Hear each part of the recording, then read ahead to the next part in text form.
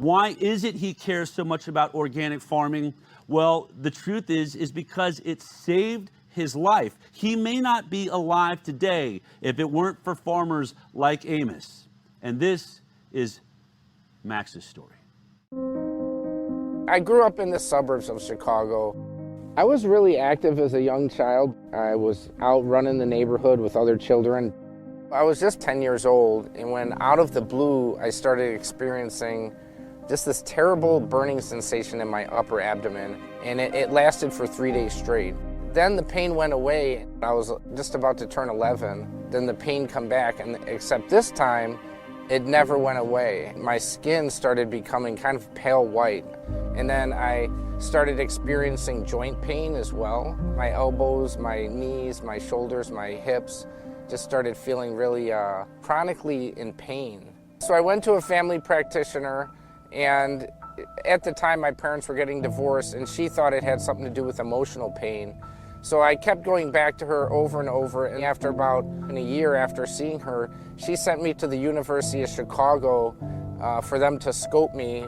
They found 34 ulcers throughout my small bowel, in the duodenum and the rest of the small bowel. The inside of my GI tract was totally ulcerated. They diagnosed me with degenerative Crohn's disease. There was no cure to it, no known cause. And because it affected me in an area where it was degenerative in my small intestines, that I could expect to die somewhere in my mid-30s. I broke down and I started crying in the doctor's office. They put me on 3 different medications immediately. I was put on 2,000 milligrams of an anti-inflammatory drug, and then they had an antibiotic and a very strong steroid called prednisone. And they put me on 60 milligrams a day. And 60 milligrams of prednisone a day is a high dosage for a full-grown adult. So if you can imagine a young child that weighed 69 pounds, that's a very high dosage. And over the course of 10 years, I saw 6 different GI specialists in 5 different hospitals. I was in and out of the hospital several times. There would be times I would be convulsive vomiting. I wouldn't be able to stop vomiting. I would lose weight very quickly. I would get rushed to the emergency room. Even though I was really skinny and thin, I had this big fat face. I was holding all this water, and the medications never really fully helped. I was in my mid-20s. I was very close to death. I was emaciated. There wasn't much joy and action in my life. One day, I'm on the way to Walgreens to get my prescription filled, and at the time, someone really close to me in my life was using heroin on a daily basis.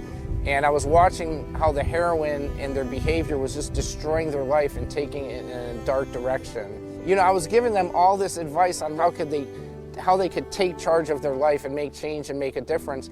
As I was driving into the drive-thru, I felt like I was the drug user here. My drug dealer was Walgreens, and I immediately saw how I wasn't taking action toward my own health, and that was the turning point in my life.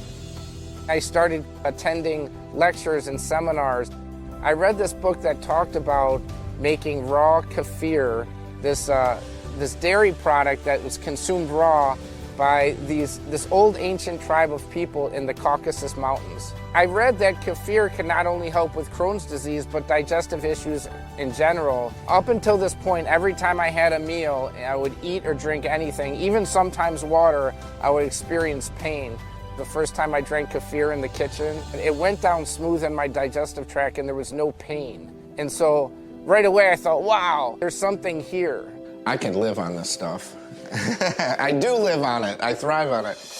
It's illegal to sell raw milk in stores is because it's not pasteurized. There was only 3 certified organic goat farms at the time, and one was in Wisconsin. And so I used to drive up there every week and buy fresh raw goat milk from them right from the farm. And I would take it home and make kefir out of it, and I started feeling better. It was less than a year I met this nutritionist, Jim Marlowe, who started coaching me on not only consuming raw dairy products, but eating an all raw food diet. And I remember the first time I ate raw salmon, it was very similar to the first time I had the kefir. There was no pain, there was no burning sensation. I decided at this point, I was inspired to stop taking all my medication. And I stopped the Pentasa, the prednisone, everything just cold turkey. And it was about a year after driving up to Wisconsin that I decided that I wanted to move up there. Surrounded by all these beautiful organic farms, it's this farming community. When I was 12 years old, I was told that I wouldn't live past my mid-30s.